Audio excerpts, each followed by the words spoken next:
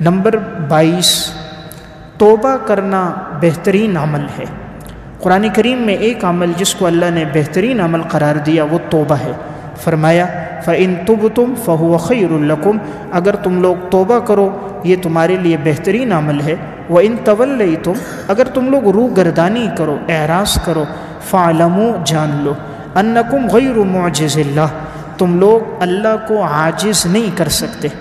وَبَشِّرِ الَّذِينَ كَفَرُوا بِعَذَابٍ أَلِيمٍ، خوشخبری دو ان لوگوں کو جنہوں نے کفر کیا ہے دردناک عذاب کی۔ اللہ تعالیٰ سورہ توبہ میں فرما رہا ہے اگر تم توبہ کرو فَهُوَ خَيْرٌ لَكُمْ، یہ بہترین عمل ہے۔ تو گویا 22ویں نمبر پر بہترین عمل توبہ کرنا ہے۔ ہر انسان سے دنیا میں انبیاء علیہم السلام کے علاوہ گناہ سرزد ہو جاتے ہیں، اور ان گناہوں کے لیے علاج توبہ ہے۔ انسان ندامت کے آنسو بہا دے، اللہ سارے گناہ معاف فرما دیتا ہے۔ سمندر کا خالق اللہ ہے، پانی کو اللہ نے پیدا کیا، آسمانوں سے اللہ پانی برساتا ہے، زمین سے اللہ نکالتا ہے، لیکن آنسوؤں کے قطرے سے بڑی محبت کرتا ہے۔ جب بھی یہ ندامت سے بہہ جائے اللہ ماضی کے گناہ معاف کر دیتا ہے۔ اس لیے حدیث میں آتا ہے اگر مکھی کے سر کے برابر بھی آنسوؤں کا قطرہ نکل جائے اللہ تعالیٰ اس پر جہنم کو حرام کر دے گا۔ تو اس لیے بڑی فضیلت ہے جو اللہ کے خوف سے روئیں۔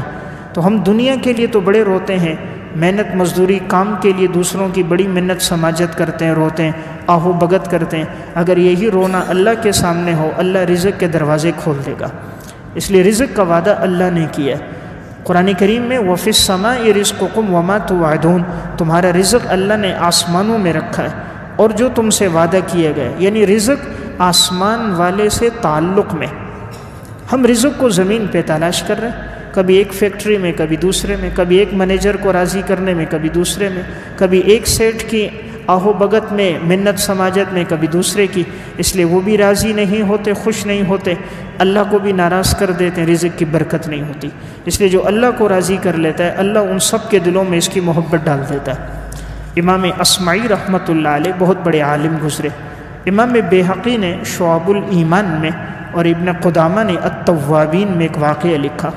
امام اصمعی رحمۃ اللہ علیہ فرماتے ہیں ایک مرتبہ میں مسجد سے باہر آیا، راستے میں جا رہا تھا، مجھے ایک دیہاتی عربی شخص ملا راستے میں۔ تو اس نے پوچھا کون ہو؟ میں نے کہا اصمعی۔ کہاں سے آئے ہو؟ میں نے کہا مسجد سے۔ کہا کیا پڑھ کر آئے؟ میں نے کہا قرآن پڑھ کے آیا۔ کہا جو تم قرآن پڑھتے ہو مجھے بھی سناؤ۔ کہتے میں نے اس کے سامنے سورہ زاریات پڑھنا شروع کر دی۔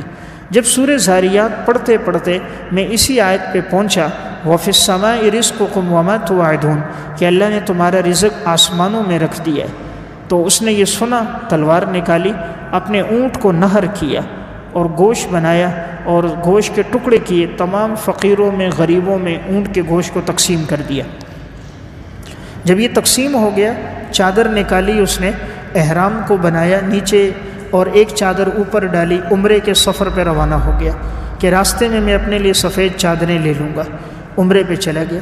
امام اصمعی کہتے ہیں مجھے بڑا تعجب ہوا، قرآن تو ہم بھی پڑھتے ہیں لیکن اتنا اثر قرآن کا ہمارے اوپر نہیں جتنا اس دیہاتی پر اثر تھا۔ پھر کہتے ہیں ایک عرصے کے بعد میرا جب حج کے لیے جانا ہوا، میں بیت اللہ کا طواف کر رہا تھا، وہی شخص مجھے نظر آیا، مقام ابراہیم کے پیچھے تھا۔ امام اصمعی کو پہچان کر اس نے کہا اصمعی جو تم قرآن پڑھتے تھے مجھے سناؤ۔ کہتے میں نے پھر سورہ زاریات پڑھی اور یہی آیت دوبارہ پڑھی وَفِي السَّمَاءِ رِزْقُكُمْ وَمَا تُوعَدُونَ، اللہ نے تمہارا رزق آسمان میں رکھا ہے، آسمان والے سے تعلق میں رزق ملتا ہے۔ اس نے کہا قرآن نے سچ کہا، میں وہاں سے چل کر یہاں تک پہنچا ہوں اور پورے راستے میں اللہ نے میرے لیے غیبی رزق کا انتظام کیا تھا۔ اللہ پر توکل تھا، اللہ بندے کے ساتھ اس کے گمان کے مطابق معاملہ کرتا ہے۔ جیسا اللہ اس کے ساتھ گمان رکھو گے، انسان نیت رکھے گا، رب العالمین ویسا معاملہ کرے گا۔ تو کہا واقعی میں نے جو دیکھا پورے راستے میں اللہ نے میرے لیے رزق کا انتظام کیا۔ کہا آگے پڑھو۔ انہوں نے اگلی آیت پڑھی فَوَرَبِّ السَّمَاءِ وَالْأَرْضِ إِنَّهُ لَحَقٌّ مِثْلَ مَا أَنَّكُمْ تَنطِقُونَ، آسمان اور زمین کے رب کی قسم، یقیناً قرآن اللہ کی سچی کتاب ہے جس طرح تمہارا گفتگو کرنا بولنا سچا ہے، یعنی جیسے تم بول رہے ہو سچی بات ہے، اس طرح اللہ کا قرآن سچی کتاب ہے۔ تو اس نے کہا اصمعی سے کہ دیکھو اللہ کو قسم کھانے کی کیوں ضرورت پیش آئی، کیا لوگ اللہ کی بات پر ایمان نہیں لاتے؟ اللہ سے زیادہ سچا کوئی نہیں ہے، تو کیا لوگ اللہ کی بات کو سچا نہیں مانتے کہ اللہ قسم کھا کے فرما رہا ہے فَوَرَبِّ السَّمَاءِ وَالْأَرْضِ، آسمان اور زمین کے رب کی قسم، قرآن سچی کتاب، اس پر عمل کرو۔ تو اللہ کیوں قسم کھا رہا ہے؟ تم ایمان نہیں لاتے ہو؟ بس یہ بات کہی، چیخ ماری، وہیں انتقال ہو گیا۔ امام اصمعی کہتے ہیں میں نے ان کو غسل دیا، حرم میں ان کی نماز جنازہ ادا ہوئی۔ یعنی کیسا پختہ ایمان ہے، قرآن کی ایک صورت سنی ہے اور ان کی ایمان کی یہ حالت ہے۔ ہم سنتے رہتے ہیں لیکن عمل کی توفیق نہیں۔ وجہ کیا ہے؟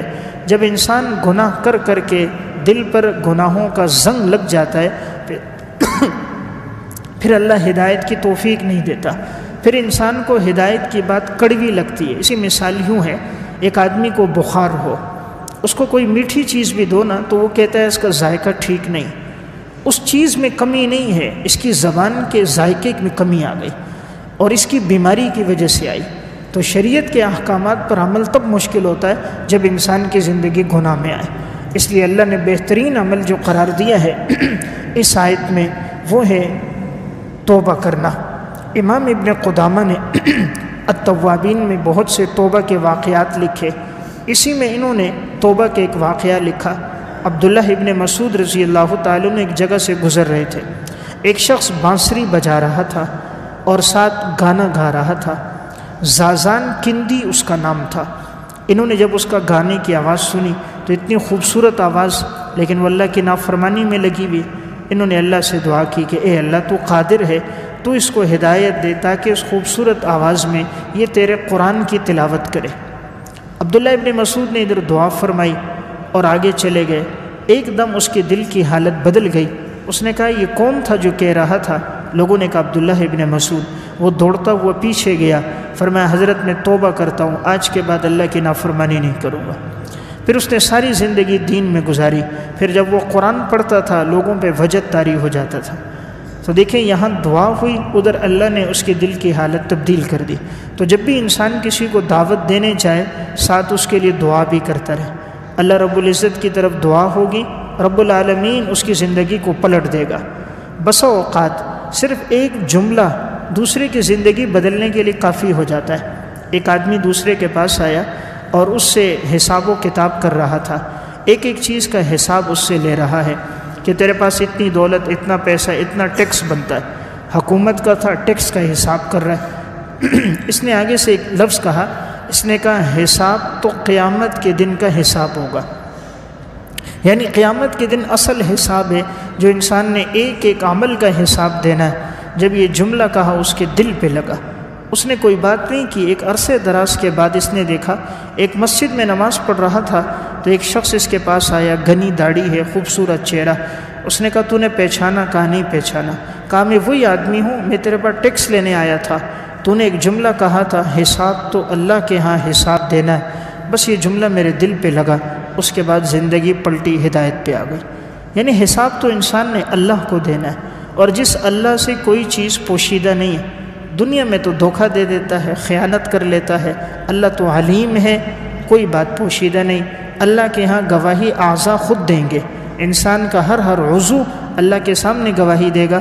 جس عضو نے جو گناہ کیا ہوگا وہ بولے گا، ہاتھ بولے گا۔ قرآن کہتا ہے الیوم نختم علی افواہہم وتکلمنا ایدیہم وتشہد ارجلہم بما کانوا یکسبون۔ آج کے دن ہم انسان کی زبان پہ مہر لگائیں گے، اس کے اعضاء، اس کے ہاتھ، اس کے پاؤں یہ خود بات کریں گے اس نے کیا گناہ کیا۔ ہاتھ بولے گا جو گناہ ہے، آنکھیں بتائے گی جو اس نے موبائل کو غلط دیکھا ہوگا، جو اس کی رات انٹرنیٹ اور کیبل میں گزری، آنکھ گواہی دے گی۔ کان بتائیں گے جو اس نے گانے سنے تھے، اللہ کی نافرمانی کی باتیں سنی تھیں، زبان بتائی تھی جو اللہ کی نافرمانی کی باتیں ہوئی تھیں۔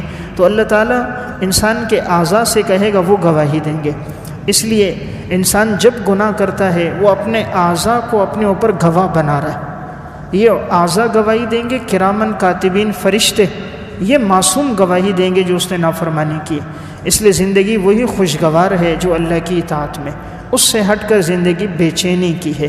اس لیے جو گناہ سے بچ رہا ہوتا ہے بیوی بچوں میں محبت ہوتی ہے، اور جو زنا میں پڑا بیوی کے دل سے محبت نکل جاتی۔ میاں بیوی ایک دوسرے کو شک کی نظر سے دیکھ رہے ہوتے ہیں، گھر میں داخل ہوتا ہے جھگڑا شروع ہو جاتا ہے، پھر اس کو شیطان بیوی بدصورت کر کے دکھاتا ہے، اجنبی عورتیں خوبصورت کر کے دکھاتا ہے، پھر ہر دن وہ معاذ اللہ خواہش پوری کرے، نئی عورت کے پاس بھی جائے تب بھی خواہش پوری نہیں ہوتی، خواہشات بادشاہ کی بھی پوری نہیں ہوتی اور ضرورتیں اللہ فقیر کی بھی پوری کر دیتا ہے۔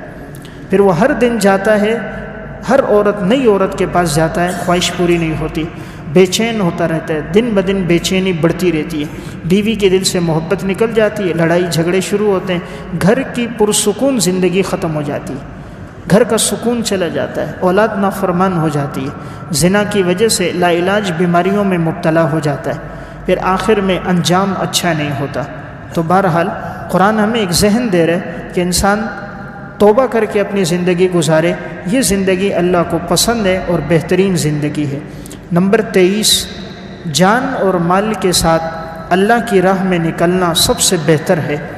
اللہ قرآن میں فرماتا ہے انفروا خفافا وثقالا، تم نکلو اللہ کے راستے میں، تم ہلکے ہو یا بوجھل ہو، وجاہدوا باموالکم وانفسکم فی سبیل اللہ، جہاد کرو اپنے مال کے ساتھ، اپنی جانوں کے ساتھ اللہ کے راستے میں، ذالکم خیر لکم، یہ تمہارے لیے بہترین عمل ہے، ان کنتم تعلمون، اگر تم لوگ جانو۔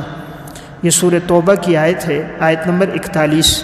اللہ تعالیٰ فرما رہے کہ تم اللہ کے راستے میں نکلو اور جہاد کرو، تم ہلکے ہو یا بوجھل، یعنی تمہارے پاس اسباب موجود ہوں یا بظاہر اسباب موجود نہ ہوں، تب بھی اللہ کے راستے میں نکلو، یہ بہترین عمل ہے۔ اس لیے اللہ کے راستے میں جہاد کرنا سب سے بہترین عمل ہے۔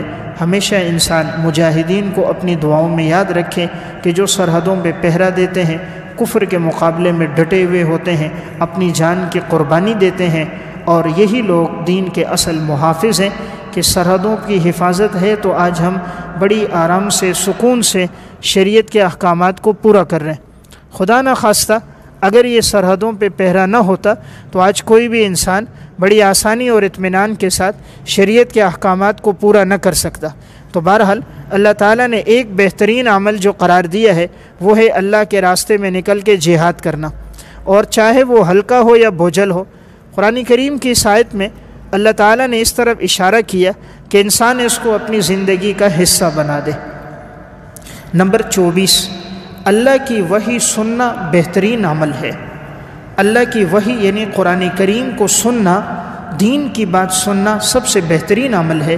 اللہ تعالیٰ قرآن میں فرماتا ہے وَمِنْهُمُ الَّذِينَ يُؤْذُونَ النَّبِيَّ، بعض لوگ ایسے ہیں جو نبی کو اذیت اور تکلیف دیتے، وَيَقُولُونَ هُوَ أُذُنٌ، نبی کے بارے میں کہتے ہیں یہ کان ہیں، قُلْ أُذُنُ خَيْرٍ لَكُمْ، فرما دیجئے یہ کان ہے تمہاری بھلائی کے واسطے، یؤمن باللہ ویؤمن للمؤمنین، جو ایمان لاتے ہیں اللہ پر اور وہ جو ایمان لانے والے ہیں ایمان والوں میں سے، ورحمۃ للذین آمنوا منکم، یہ رحمت ان لوگوں کے لیے جو ایمان لائے تم میں سے، والذین یؤذون رسول اللہ، جو اذیت دیں گے اللہ کے رسول کو، لہم عذاب علیم، ان کے لیے بڑا دردناک عذاب ہوگا۔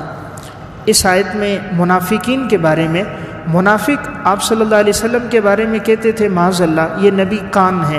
کان کا مطلب ہر ایک کی بات توجہ سے سنتے ہیں، تو جو بات کہتا ہے نبی مان لیتے ہیں۔ تو مطلب تھا ہم نبی کو جھوٹ بھی کہیں گے، اپنے غلط عذر بیان کریں گے، تب بھی نبی ہماری ہاں میں ہاں ملا دے گا، اور اس لیے کہ نبی تو ہر ایک کی بات سن لیتا ہے۔ اللہ رب العزت نے فرمایا جو نبی کو اذیت دیتا ہے ان کے لیے دردناک عذاب ہے۔ نبی جو تمہاری بات سنتا ہے وہ بھلائی کے واسطے، کہ تم اس لیے سنتا ہے اگر تم نے کوئی مسئلہ خیر کی بات پوچھنی ہے وہ تمہیں بتا دے گا، وہ برائی کا بدلہ برائی سے نہیں دیتا، نبی برائی کا بدلہ اچھائی سے دیتا ہے۔ تو نبی کان ہے خیر کی باتیں سننے کے لیے، اچھی باتیں سننے کے لیے، اچھی باتیں پوچھنے کے لیے، یہ نہیں کہ تم برائی کی نسبت پیغمبر کی طرف کرو۔ تو گویا اس آیت میں ہم سب کو یہ اشارہ ہے کہ وحی کی بات، دین کی بات کو انسان سنے، یہ اس کے حق میں سب سے بہترین عمل ہے۔ نمبر 25، اللہ کی رضا اور تقوی پر مسجد کی بنیاد سب سے بہتر ہے۔ اللہ کی رضا اور تقوی پر مسجد کی بنیاد سب سے بہتر ہے۔ قرآن کریم میں اللہ رب العزت فرماتے ہیں افمن اسس بنیانہ علی تقوی من اللہ، جو شخص بنیاد رکھے مسجد کی اللہ تعالیٰ کے خوف پر، ورضوان اللہ کی رضامندی پر، خیرن، یہ بہتر عمل ہے۔ امن اسس بنیانہ، اس شخص سے جو بنیاد رکھتا ہے مسجد کی، علی شفا جرفن، وہ جو کنارے پر ہے کھوکھلا کنارہ، ہارن گرنے والا کھوکھلا کنارہ، فنہا ربی ہی کہ وہ گھڑا لے گرا اس شخص کو، فی نار جہنم کی آگ میں، واللہ لا یہدی القوم الظالمین، اور اللہ تعالیٰ ظالم قوم کی رہنمائی نہیں کرتا۔ یہاں اللہ تعالیٰ نے مسجد والوں کا تذکرہ کیا، یہ ایک خاص مسجد والے ہیں، قباء والے، مسجد قباء مدینہ منورہ میں ہے۔ نبی اکرم صلی اللہ علیہ وسلم جب ہجرت کر کے مکہ سے مدینہ پہنچے، جس مسجد کی آپ نے سب سے پہلے بنیاد رکھی وہ مسجد قباء تھی۔ اللہ تعالیٰ کو یہ مسجد بہت پسند آئی، چونکہ بنیاد رکھنے والے امام الانبیاء تھے، آپ کے پاس مقدس جماعت صحابہ کی تھی اور تقوی پر بنیاد رکھی تھی، صرف اللہ کی رضا مقصود تھی۔ اللہ نے فرمایا یہ بہترین لوگ ہیں اور اس مسجد میں تم قیام کرو۔ فرمایا من اول یوم احق ان تقوم فیہ، ایسی مسجد میں کھڑے ہو کر قیام کرنا، عبادت کرنا یہ اللہ کو پسند ہے، کیونکہ مسجد کی بنیاد تقوی پر ہے، یعنی شہرت کے لیے نہیں ہے، نام و نمود کے لیے نہیں ہے، دکھلاوے کے لیے نہیں ہے، لوگوں کو نیچا کرنے کے لیے نہیں ہے، قومیت لسانیت کے لیے نہیں ہے، اپنی بات اپنا مزاج پھیلانے کے لیے نہیں ہے، صرف اللہ کی رضا مقصود ہے۔ فرمایا ایسی مسجدوں میں قیام کرو، یہ بہتر عمل ہے۔ فیہ رجال یحبون ان یتطہروا، اس میں ایسے لوگ ہیں جو اللہ کو پسند ہیں کیونکہ وہ پاکی حاصل کرتے ہیں، واللہ یحب المطہرین، اور اللہ کو پاکی حاصل کرنے والے، پاک رہنے والے لوگ پسند ہیں۔ آپ صلی اللہ علیہ وسلم نے قباء والوں سے پوچھا، اللہ نے تمہاری تعریف کی ہے، تم کس طرح پاکی حاصل کرتے ہو؟ انہوں نے بتایا پہلے ہم لوگ ڈھیلا استعمال کرتے ہیں، ڈھیلا اور پتھر استعمال کرتے ہیں استنجے میں، پھر پانی استعمال کرتے ہیں، یعنی خوب پاکی حاصل کرتے تھے۔ اس دور میں چونکہ ڈھیلے استعمال ہوتے تھے، پتھر استعمال ہوتے تھے، وہ بھی کرتے تھے، پانی بھی کرتے تھے، تو خوب اپنے جسم کی پاکی کرتے تھے، اس لیے اللہ کو وہ بہت پسند آئے۔ اللہ نے فرمایا بہترین انسان ہیں، پاک صاف رہتے ہیں۔ تو دیکھیں یہاں ہے واللہ یحب المطہرین، اللہ کو صاف رہنے والے لوگ پسند ہیں۔ آج ہم لوگ یہ سمجھتے ہیں، بعض نادان جو جتنا گندگی میں ہو اور اس سے بدبو اور تعفن آ رہا ہو، ہفتہ 10 دن غسل نہ کرے، بال بکھرے ہوئے ہوں، بالوں میں میل کچیل ہو، پاؤں پہ جوتیاں موجود نہ ہوں، مونچھیں اس کی بڑی ہوئی ہوں، بال منتشر ہوں اور دانتوں سے منہ سے بدبو آئے، کہتے ہیں پہنچا ہوا پیر ہے۔ وہ پیر نہیں ہے، وہ ابلیس ہے۔ پیر وہ ہوگا، اللہ کا ولی وہ ہوگا جو نبی کے طریقے پر ہوگا، اور نبی کا طریقہ صفائی ستھرائی کا ہے۔ اور پیر کون ہوگا، نیک آدمی کون ہوگا، قرآن کیا بتاتا ہے؟ ایک وہ طریقہ ہے جو ہمارے معاشرے میں، اور ایک اللہ کا ولی وہ ہے جسے اللہ خود بتاتا ہے۔ اللہ تعالیٰ فرماتا ہے میرا ولی وہ ہوگا جس کی زندگی میں 2 باتیں ہوں گی، الا ان اولیاء اللہ لا خوف علیہم ولا هم یحزنون، خبردار اللہ کا ولی جو ہوگا اس کی زندگی میں خوف نہیں ہوگا، غمگین نہیں ہوگا، الذین آمنوا مسلمان ہوگا۔ معلوم ہوا کافر اللہ کا ولی نہیں ہو سکتا۔ نمبر 2 وکانوا یتقون، اللہ نے فرمایا میرا ولی وہ ہے جو گناہوں سے بچنے والا ہوگا، جو ہر قسم کی نافرمانی اور گناہ سے بچے گا وہ میرا ولی ہوگا۔ ایک آدمی فرض نماز نہیں پڑھتا، مزار پہ بیٹھا ہے، چرس کے ایک سگریٹ ختم ہوتا ہے دوسرا لگا رہا ہے، وہ کہاں سے ولی آیا؟ جو فرض عبادت کا اہتمام نہ کرے، بد نظری میں جس کی زندگی گزر جائے، شراب و کباب جس کی زندگی کا حصہ ہو جائے، غیر اللہ کو سجدہ کرتا نظر آئے، قبر کے ارد گرد طواف کرتا نظر آئے، وہ ولی نہیں ہے، وہ مشرک ہے۔ اللہ کا ولی وہ ہوگا جو پرہیزگار ہوگا، جو اپنے آپ کو گناہوں سے بچائے گا۔ اللہ فرماتے لہم البشریٰ فی الحیات الدنیا، ان لوگوں کے لیے خوشخبری ہے دنیا کی زندگی میں، وفی الآخرہ، آخرت میں بھی۔ لا تبدیل لکلمات اللہ، اللہ اپنے فیصلوں کو تبدیل نہیں کرتا۔ ذالک هو الفوز العظیم، یہی لوگ کامیاب لوگ ہیں۔ تو بہرحال اس آیت میں یہ بتایا گیا کہ وہ مسجد جو اللہ کی رضا اور تقوی کے لیے بنے وہ سب سے بہترین مسجد ہے، اور اس سے کہ جس کی بنیاد اللہ کی رضا اور نہ ہو جھگڑا ہو۔ قرآن کریم نے ایک مسجد کا تذکرہ کیا ہے 11ویں سپارے میں، وہ ہے مسجد زرار۔ زرار کا معنی نقصان پہنچانا۔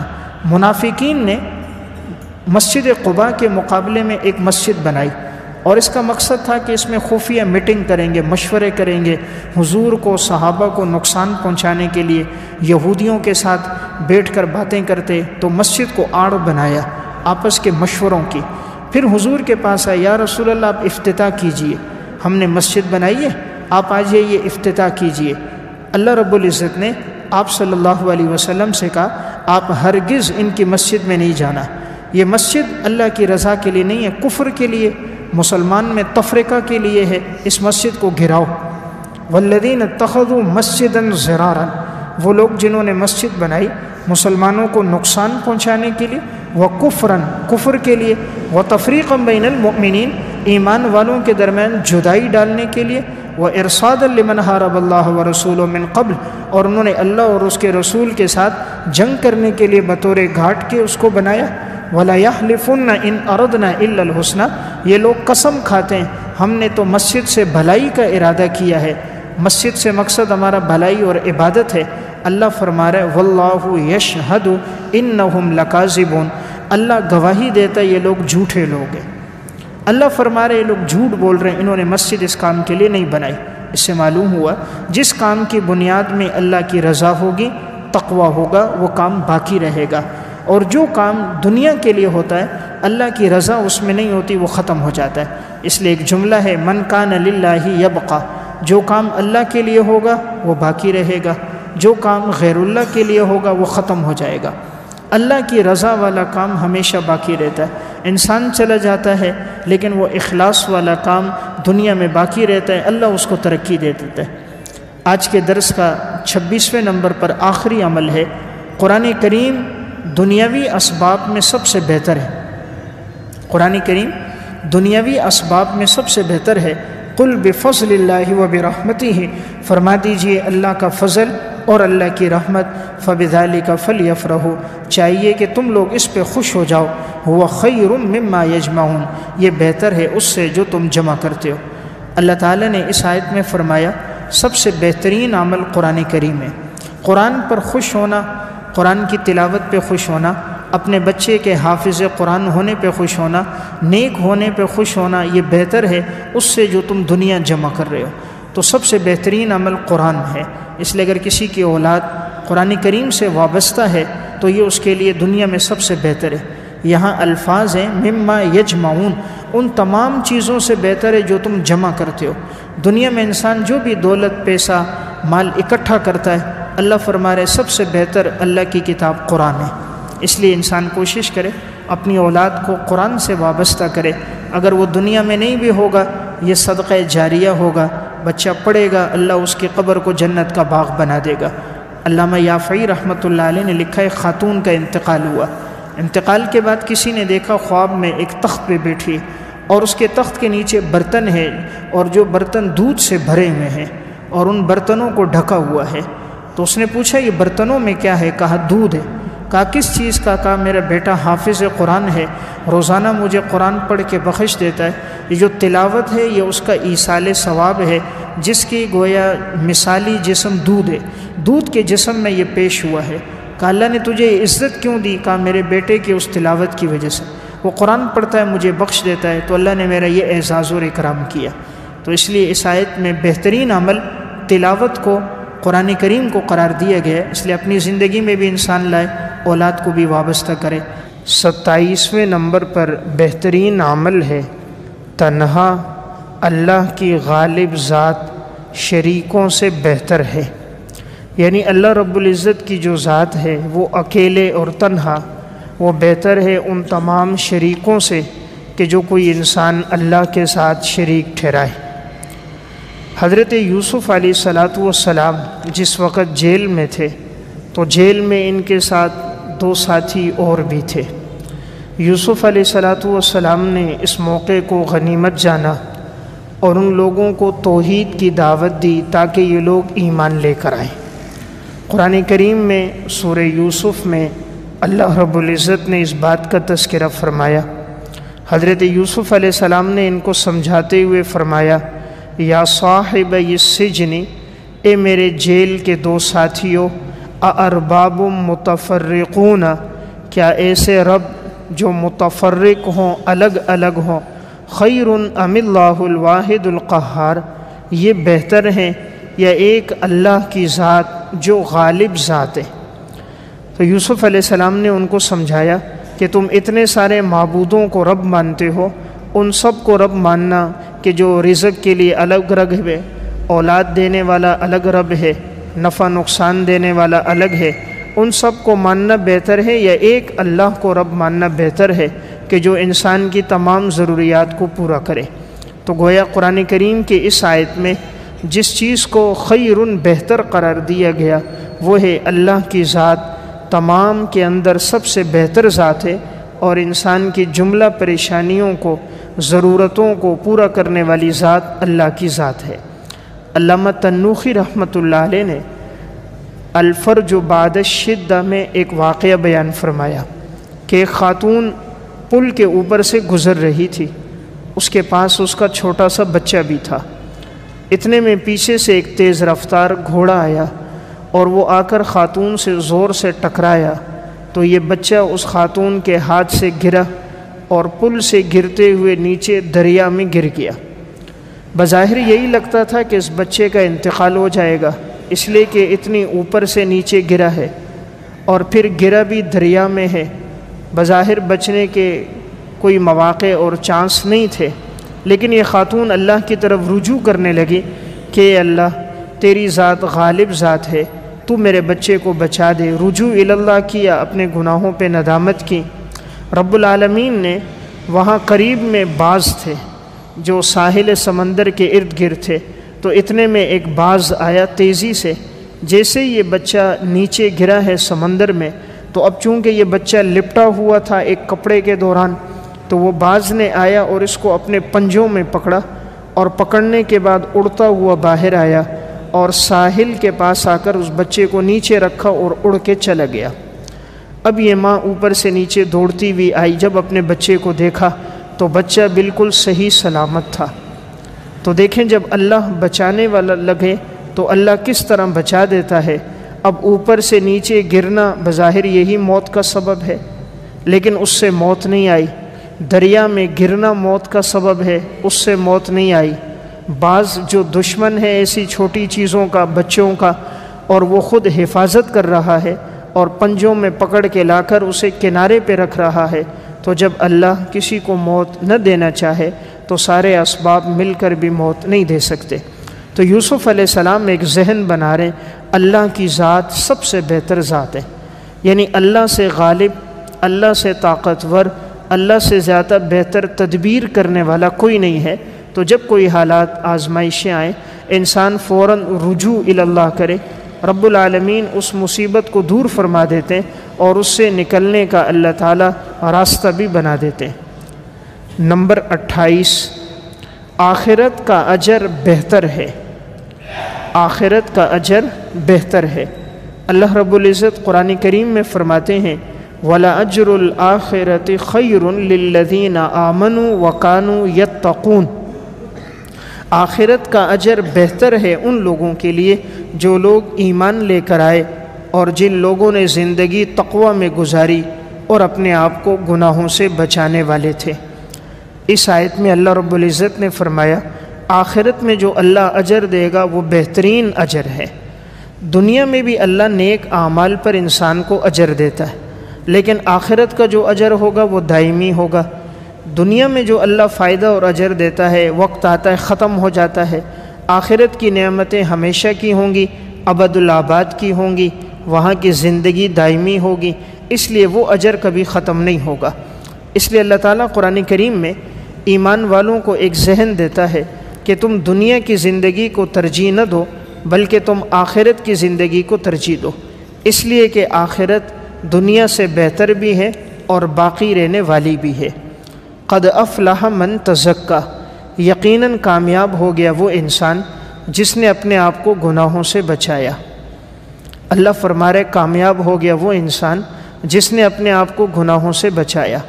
ہم کامیابی کا معیار سمجھتے ہیں جس کی سرکاری نوکری ہو، ہم کہتے ہیں وہ کامیاب ہے جس کے پاس بنگلہ ہو، گاڑی ہو، دولت ہو، پیسہ ہو، عہدہ ہو، اور اس کے ارد گرد چند افراد ہمیں نظر آئیں اور لوگ اس کے سامنے اٹھتے ہوئے ملتے ہوئے نظر آئیں، گزرے تو اس کو سلوٹ کرے، یہ بہتر آدمی ہے، یہ کامیاب آدمی ہے۔ اللہ فرما رہے وہ کامیاب ہے جس نے اپنے آپ کو گناہوں سے بچایا۔ قد افلح من تزکا، جس نے اپنا تزکیہ کیا وہ کامیاب ہے۔ وذکر اسم ربہ فصلی، جس نے اپنے رب کو یاد رکھا اور نماز پڑھی۔ اللہ کو ہمیشہ یاد رکھا، ذکر کرتا رہا، نماز پڑھتا رہا، یہ آدمی کامیاب آدمی ہے۔ بل تؤثرون الحیات الدنیا، تم لوگ دنیا کی زندگی کو ترجیح دیتے ہو۔ والآخرۃ خیر وابقی، آخرت کی زندگی بہتر ہے اور باقی رہنے والی ہے۔ یعنی دنیا کی زندگی عارضی ہے اور ختم ہونے والی ہے، آخرت کی زندگی بہتر ہے، باقی رہنے والی ہے۔ تو گویا قرآن نے ہمارا ایک ذہن بنایا کہ انسان اپنے اعمال پر توجہ دے، آخرت کی فکر زیادہ کرے۔ اور لفظ فرمایا وَكَانُوا يَتَّقُونَ، یہ لوگ بہتر لوگ ہیں جو گناہوں سے بچتے ہیں۔ معلوم ہوا جو تقوی کی زندگی گزارے گا وہ بہتر آدمی ہوگا، پرہیزگار آدمی بہتر آدمی ہے۔ اس لیے قرآن نے سب سے زیادہ زور جو دیا ہے ہر سپارے میں، ہر صورت میں، وہ تقوی پر دیا کہ انسان اپنے آپ کو ہر وقت گناہوں سے بچائے۔ حضرات سلف میں اہتمام تھا، مردوں میں عورتوں میں بڑی محتاط زندگی وہ لوگ گزار کے گئے۔ طبقات الحنابلہ میں واقعہ ہے، ایک خاتون امام احمد بن حنبل رحمۃ اللہ علیہ کے پاس آئی اور ایک مسئلہ پوچھنے لگی۔ کہا میں روئی فروخت کرتی ہوں اور میں اپنی روئی کی صفائی کرتی ہوں دیے کی روشنی میں، لیکن کبھی کبھی ایسا ہوتا ہے میرے دیے میں تیل ختم ہو جاتا ہے تو میں چاند کی روشنی میں اپنی روئی کی صفائی کرتی ہوں، روئی کو الگ الگ کرتی ہوں، تو پھر میں روئی کو جب فروخت کرتی ہوں کیا بیچتے وقت مجھے یہ بتانا ضروری ہے کہ یہ وہ روئی ہے جو دیے کی روشنی میں صاف کی گئی اور یہ وہ روئی ہے جو چاند کی روشنی میں صاف کی گئی؟ امام احمد بن حنبل نے پوچھا کیا ان میں فرق ہوتا ہے؟ خاتون نے کہا فرق تو ہوتا ہے، تھوڑا بہت فرق ہے، دیے کی روشنی میں روشنی زیادہ ہوتی ہے، صفائی اچھے طریقے سے ہوتی ہے، چاند کی روشنی مدھم ہوتی ہے، اتنے اچھے طریقے سے صفائی نہیں ہو پاتی۔ امام احمد نے فرمایا پھر فروخت کرتے وقت تمہیں وضاحت کر دینی چاہیے کہ یہ روئی چاند کی روشنی میں صاف ہوئی، یہ روئی دیے کی روشنی میں صاف ہوئی۔ خاتون نے مسئلہ پوچھا، چلی گئی۔ امام احمد نے اپنے بیٹے عبداللہ سے فرمایا میں نے زندگی میں کسی کو اتنی احتیاط پر مبنی سوال کرتے ہوئے نہیں دیکھا، تم دیکھو یہ خاتون کون ہے، کس گھرانے سے اس کا تعلق ہے۔ بیٹا پیچھے پیچھے گیا، معلوم ہوا وہ حضرت بشر حافی رحمۃ اللہ علیہ کے گھر میں داخل ہوئیں تو ان کی ہمشیرہ تھی، حضرت بشر حافی کی بہن تھی۔ تو امام احمد نے فرمایا مجھے لگتا ہی یہ تھا کہ واقعی یہ کوئی بہت بزرگ گھرانے والی ہوگی جس کی زندگی میں اتنا تقویٰ ہوگا کہ اتنی معمولی بات پوچھنے کے لیے آئی ہے۔ تو بہرحال قرآن نے 28واں بہترین انسان اس کو کہا جو آخرت کی زندگی پر زندگی گزارے اور اپنے آپ کو گناہوں سے بچائے۔ نمبر 29، آخرت کا بدلہ سب سے بہتر ہے، آخرت کا بدلہ سب سے بہتر ہے۔ اللہ رب العزت قرآن میں فرماتے ہیں وَلَا تَشْتَرُوا بِعَهْدِ اللَّهِ ثَمَنًا قَلِيلًا، اور تم مت خریدو، مت لو اللہ تعالیٰ کے عہد کو تھوڑے ثمن کے بدلے میں۔ انما عند اللہ هو خیر لکم، اللہ کے پاس جو کچھ ہے وہ تمہارے لیے بہتر ہے۔ ان کنتم تعلمون، اگر تم لوگ بات کو جانو سمجھو۔ قرآن کریم کی اس آیت میں اللہ تعالیٰ فرما رہا ہے کہ تم دنیا کے عوض اپنے دین کو فروخت نہ کرو، شریعت کے احکامات کو مت بیچو، یعنی تم دینی احکامات کی قیمت مت لگاؤ۔ یہود و نصارہ میں ایسا تھا، خاص طور پہ یہود کے علماء میں، کہ وہ پیسے لے کر، مال لے کر دین میں تحریف کر دیتے تھے، احکامات کو تبدیل کر دیتے تھے، غریب آدمی کو الگ حکم بتاتے، مالدار کے لیے آسان حکم بتاتے۔ مالدار زنا کر دیتا اس کو بولتے تیرے لیے رجم نہیں ہے، غریب زنا کر دیتا اس کے لیے سزا کا حکم بتا دیتے۔ تو انہوں نے دولت اور پیسہ لے کر شریعت کے احکامات میں تبدیلی کر دی۔ اللہ تعالیٰ بتانا چاہ رہا ہے آخرت کے مقابلے میں انسان جتنی بھی دولت لے لے، پیسہ لے لے، یہ سب ثمن قلیل ہے، ایک وقت آئے گا یہ سب ختم ہو جائے گا، اور جو اللہ کے پاس ہوگا انما عند اللہ هو خیر لکم، وہ تمہارے لیے بہتر ہے۔ اس لیے انسان آخرت کو مقصود بنائے، دنیا کو ترجیح نہ دے، اللہ تعالیٰ دنیا اس کو ویسے ہی عطا فرما دیتا ہے۔ اور جو دین کے نام پر دنیا کما رہا ہوتا ہے، یہ انسان ذلیل ترین انسان ہوتا ہے کہ جو دین کو استعمال کر کے دنیا لیتا ہے۔ امام غزالی رحمۃ اللہ علیہ نے احیاء علوم الدین میں ایک واقعہ لکھا۔ حضرت موسیٰ علیہ السلام کے ساتھ ایک شخص گھومتا تھا، موسیٰ علیہ السلام کی باتیں لوگوں کو پہنچاتا تھا، اور جب بھی کوئی بات کرتا تو کہتا موسیٰ کلیم اللہ نے یہ فرمایا، حضرت موسیٰ نجیب اللہ نے یہ فرمایا، موسیٰ علیہ السلام کی باتیں پہنچاتا۔ موسیٰ علیہ السلام نے چند دن اس کو نہیں پایا مجلس میں، لوگوں سے پوچھا بھائی اس کا کیا ہوا؟ کسی نے کہا حضرت وہ تو خنزیر کی صورت میں مسخ ہو گیا، اور فلاں جنگل میں ہم نے دیکھا ہے کہ وہ خنزیروں کا جو ریوڑ ہے اس میں وہ چر رہا ہے، اور اس کی صورت اس میں مسخ ہو گئی۔ حضرت موسیٰ علیہ السلام کو بڑا تعجب ہوا، آدمی تو بظاہر اچھا لگتا تھا، دین کی بات آگے پہنچاتا تھا، لیکن یہ خنزیر کی صورت میں کیوں مسخ ہو گیا؟ موسیٰ علیہ السلام نے اللہ رب العزت سے دعا فرمائی، رب العالمین نے بتایا اے موسیٰ بات یہ ہے کہ وہ ہمارے دین کو فروخت کرتا تھا دنیا کے عوض، وہ دنیا لیتا تھا، پیسہ لیتا تھا، دین کے احکامات کو تبدیل کر دیتا تھا، شریعت کے احکامات کو تبدیل کرتا، اور دین کا نام استعمال کر کے دولت کماتا، دین کا نام استعمال کر کے پیسہ اکٹھا کرتا، دین کا نام استعمال کر کے لوگوں سے مال مانگتا۔ تو اس نے ہمارے دین کو اپنی دنیا کے لیے استعمال کیا، تو ہم نے مخلوق میں بدترین مخلوق خنزیر کی صورت میں اس کو مسخ کر دیا۔ اللہ کے ہاں دنیا کی کوئی حیثیت نہیں۔ لو کانت الدنیا عند اللہ جناح بعوضہ ما سقا منہا کافرا شربۃ ماء، اللہ کے ہاں دنیا کی حیثیت مچھر کے پر کے برابر بھی ہو تو اللہ کافر کو ایک گھونٹ پانی کا نہ پلائے۔ اللہ کے ہاں دنیا کی کوئی حیثیت نہیں۔ صحیح مسلم کی روایت ہے، نبی اکرم صلی اللہ علیہ وسلم صحابہ کے ساتھ گزر رہے تھے، راستے میں دیکھا کہ ایک بکری کا مردار بچہ ہے، اور اس کے پاؤں اوپر کی طرف ہے، اور اس کے کان بھی کٹے ہوئے ہیں۔ آپ نے فرمایا تم میں سے کون ہے جو اس کو خریدے گا 1 درہم میں؟ صحابہ اکرام نے فرمایا یا رسول اللہ ہم تو اس کو نہیں خریدتے، ایک تو ہے بھی مردار، بدبودار، اعضاء کٹے ہوئے، یہ کس کام آئے گا؟ آپ نے فرمایا جیسے تمہاری نگاہوں میں اس بکری کے مردار بچے کی کوئی حیثیت، کوئی اہمیت، کوئی وقعت نہیں ہے، اللہ کی نظر میں دنیا کی کوئی وقعت نہیں ہے۔ اس سے معلوم ہوا اللہ کے ہاں اصل حیثیت دین کی حیثیت ہے، اس لیے اللہ خیر کا ارادہ کرے تو دین کی سمجھ عطا فرماتا ہے۔ من یرد اللہ بہ خیرا یفقہہ فی الدین وانما انا قاسم واللہ یعطی، اللہ خیر کا ارادہ کرے گا تو انسان کو دین کی سمجھ عطا فرمائے گا۔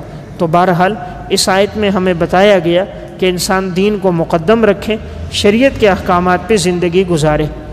نمبر 30، صبر کرنا اور بدلہ نہ لینا بہتر عمل ہے۔ صبر کرنا اور بدلہ نہ لینا بہتر عمل ہے۔ اللہ تعالیٰ قرآن کریم میں فرماتے ہیں وَإِنْ عَاقَبْتُمْ، اگر تم بدلہ لو، فَعَاقِبُوا بِمِثْلِ مَا عُوقِبْتُمْ بِهِ، تو تم بدلہ لو اتنا ہی جتنا ان لوگوں نے تمہیں ایذا اور تکلیف دی ہے۔ وَلَئِنْ صَبَرْتُمْ، لیکن اگر تم صبر کرو، لَهُوَ خَيْرٌ لِلصَّابِرِينَ، تو یہ بہتر ہے صبر کرنے والوں کے لیے۔ قرآن کریم کی اس آیت میں اللہ تعالیٰ نے فرمایا اگر تم کسی سے بدلہ لینا چاہو تو برابر سرابر بدلہ لو، تم آگے تعدی نہ کرو، حد سے آگے نہ بڑھو، لیکن اگر تم صبر کرو، معاف کر دو، تو یہ اللہ کے ہاں بہت بہتر عمل ہے۔ یہ آیت اس موقع پر نازل ہوئی، نبی اکرم صلی اللہ علیہ وسلم کے چچا حضرت حمزہ رضی اللہ تعالیٰ عنہ غزوہ احد میں شہید کیے گئے، اور بڑی بے دردی کے ساتھ شہید کیے گئے کہ ان کے اعضاء کاٹ دیے گئے، ہاتھ الگ، پاؤں الگ، آنکھیں الگ، ناک الگ، سارے اعضاء بکھرے ہوئے۔ آپ صلی اللہ علیہ وسلم جب ان کی لاش پہ آئے تھے تو آپ کی آنکھوں سے آنسو بہنے لگ گئے، آپ بڑے غمگین ہوئے، بہت پریشان ہوئے کہ ان بدبختوں نے میرے اس چچا کو کتنی بے دردی کے ساتھ شہید کیا۔ اس موقع پر آپ صلی اللہ علیہ وسلم نے فرمایا کہ اگر میں زندہ رہا تو میں بدلہ لوں گا، اور میں ان کے 70 آدمیوں کے ساتھ اسی طرح کروں گا، یعنی ان کا بھی اسی طرح مسئلہ کروں گا، ان کو قتل کروں گا، ان کے بھی اعضاء کاٹوں گا، جیسے انہوں نے میرے بہادر جرنیل چچا کے ساتھ ایسا کیا۔ اللہ رب العزت کو یہ بات پسند نہ آئی۔ قرآن کی آیت نازل ہوئی اور اس میں اشارہ کیا کہ اگر آپ نے بدلہ لینا ہے تو برابر بدلہ لو، برابر بدلہ لو۔ انہوں نے آپ کے ایک چچا کو مارا، آپ بھی ان کے ایک آدمی کو قتل کرو گے، لیکن اگر آپ صبر کرو گے تو اللہ کے ہاں صبر کرنے والے لوگوں کا اجر بہت زیادہ ہے۔ آپ صلی اللہ علیہ وسلم نے صبر کیا اور آپ نے معاف فرما دیا، یہاں تک کہ آپ کے چچا کا یہی قاتل حضرت وحشی رضی اللہ تعالیٰ عنہ جب مسلمان ہو کر آیا، آپ نے اس کے ایمان کو قبول بھی فرمایا، صحابیت کے شرف سے بھی نوازا۔ آپ علیہ السلام نے اس سے محبت بھی رکھی، صرف اتنی بات فرمائی کہ تم جب آؤ تو میرے پشت کے پیچھے بیٹھا کرو، میں تمہیں دیکھتا ہوں تو مجھے اپنا چچا یاد آ جاتا ہے۔ تو دیکھیں اس آیت نے ہمیں ایک بات بتائی کہ اللہ کے ہاں صبر سب سے بہترین عمل ہے۔ قادر ہو انسان بدلہ لینے پر پھر معاف کر دے، اللہ تعالیٰ کو یہ ادا بڑی پسند آتی ہے۔ اس لیے حضرات سلف میں یہ بات رہی ہے، بسا اوقات وہ قادر ہوتے تھے، بدلہ لے سکتے تھے، لیکن اللہ کی رضا کے لیے معاف کر دیتے۔ امام زین العابدین رحمۃ اللہ علیہ کے خادمہ تھی، ایک دفعہ گرم گرم شوربہ لے کر آئی۔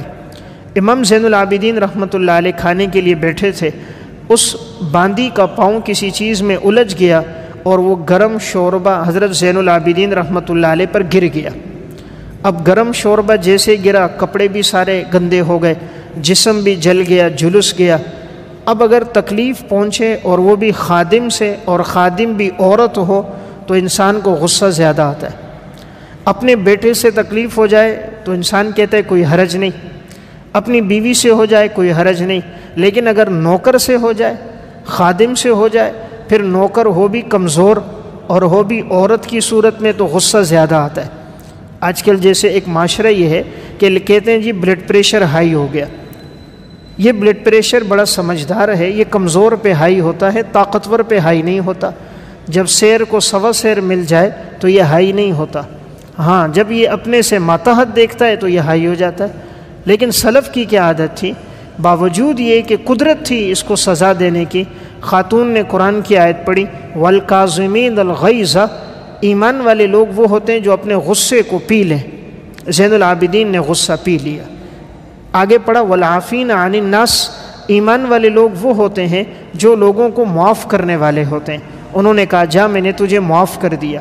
پھر پڑھا ایمان والے لوگ وہ ہوتے ہیں جو نیکوکار ہوتے ہیں اور اللہ کو وہی پسند ہے، کہا جا میں نے تجھے اللہ کی رضا کے لیے آزاد کر دیا۔ تو دیکھیں قادر تھے، بدلہ لے سکتے تھے، لیکن اس کے باوجود معاف کر دیا۔ اللہ رب العزت کو یہ ادائیں بڑی پسند آتی ہیں، اس لیے حضرات سلف میں یہ تھا کہ وہ لوگ صبر کرتے تھے اگر کوئی بات ایسی جو ان کی عادت کی طبیعت کے خلاف بھی ہوتی۔ حضرت شاہ اسماعیل شہید رحمہ اللہ درس دے رہے ہیں اور ایک بدبخت نے اٹھ کر کہہ دیا کہ حضرت آپ تو حرام زادے ہیں۔ ارواح ثلاثہ میں حضرت نے فوراً کہا تمہیں غلط فہمی ہے، میرے والدین کے نکاح کے گواہ تو ابھی بھی موجود ہیں۔ مقصد تھا میں نکاح سے پیدا ہوا ہوں، زنا سے پیدا نہیں ہوا، تمہیں غلط فہمی ہے، میرے والدین کے نکاح کے گواہ موجود ہیں۔